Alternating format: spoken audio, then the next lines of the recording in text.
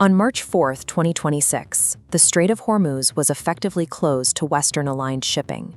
The resulting dual blockade by Iran and the United States instantly choked off traffic through a 33-kilometer maritime corridor. The immediate visible casualty was physical energy transit. Movements of crude oil and liquefied natural gas through the Gulf collapsed to near zero. The blockade triggered a far more dangerous, less visible threat: a direct assault on global food security.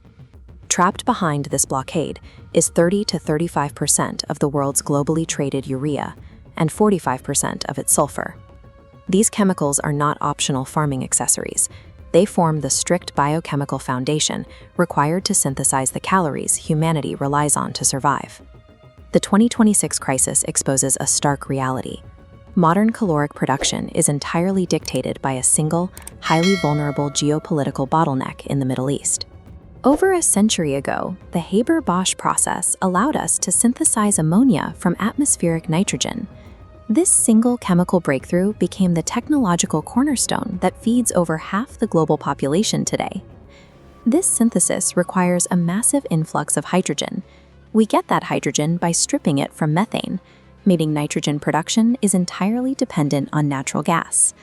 Because natural gas accounts for up to 70% of production costs, the Persian Gulf, holding some of the world's largest gas reserves, naturally evolved into the undisputed center of global nitrogen manufacturing. To supply fertilizer plants outside the Middle East, this raw energy must be supercooled into liquid natural gas, or LNG, and shipped across oceans on massive, highly specialized vessels. The final physical output of this immense energy-to-agriculture pipeline is granular urea, the world's most widely used solid nitrogen fertilizer. When you trace the supply chain to its origin, modern agriculture is effectively fossil fuels converted into food. Cut off the Persian Gulf, and you starve the farms downstream. The clearest example of this vulnerability sits in Qatar, at the Ras Laffan complex, the world's largest integrated production site for both LNG and urea.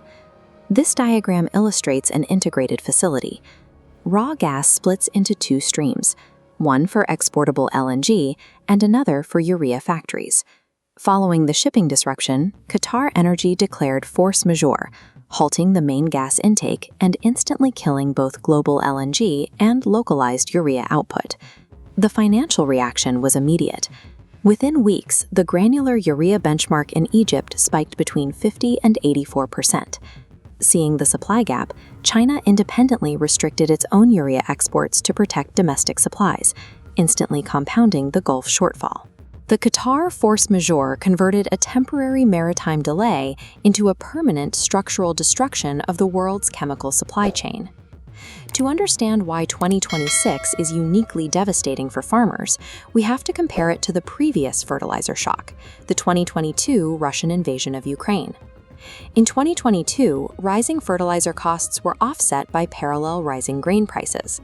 In 2026, input costs spiked vertically, while grain prices remained flat.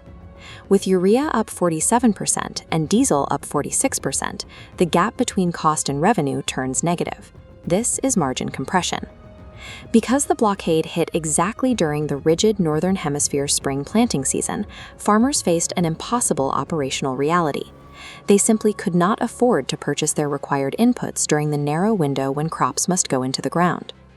Trapped by this math, farmers actively choose to reduce their planted acreage and accept lower crop yields just to avoid bankruptcy.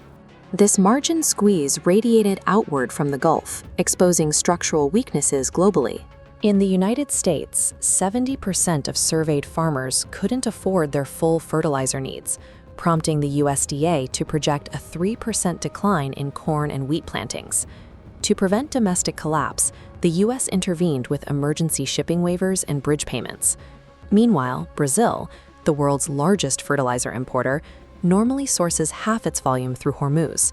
In the conflict's first quarter, their urea imports plummeted 33%.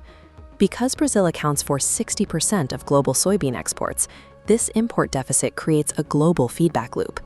Lower Brazilian yields guarantee higher staple inflation worldwide. In Asia, Bangladesh represents the extreme case of dual dependency. They rely on imported Gulf LNG to power their domestic factories, while also relying on imported Gulf urea to supplement their total supply.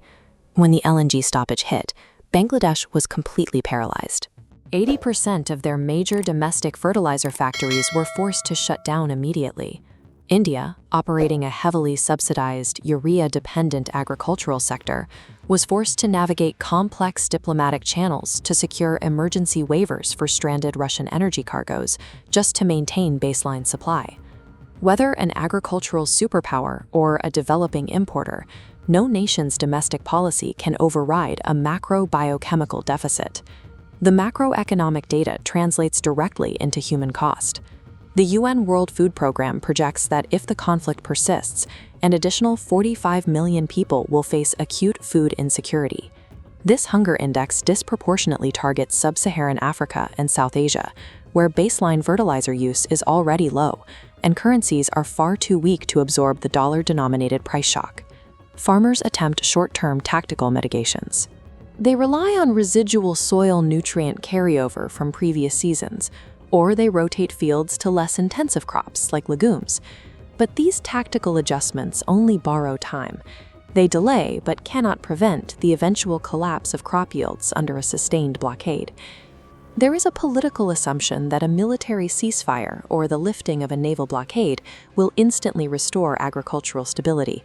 In reality, physical logistics lag months behind politics.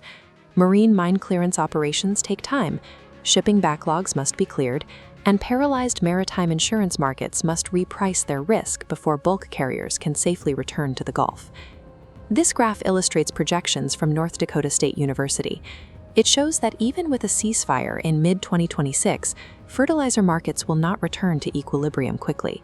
Prices remain severely elevated well into 2027 and 2028. The physical trauma inflicted on the global supply chain outlives the military conflict by a minimum of 2 full crop cycles.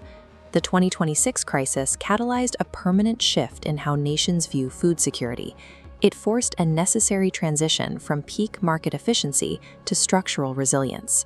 The first policy shift is the creation of national strategic fertilizer reserves. This concept was practically absent before 2026.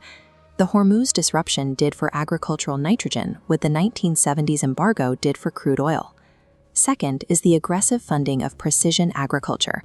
By deploying targeted technologies, governments permanently lower the volume of chemicals required per acre of yield. But the ultimate structural decoupling relies on a single technology: green ammonia. Green ammonia bypasses natural gas entirely. By using renewable electricity to separate hydrogen from water and combining it with atmospheric nitrogen, countries can synthesize their own fertilizer anywhere on Earth.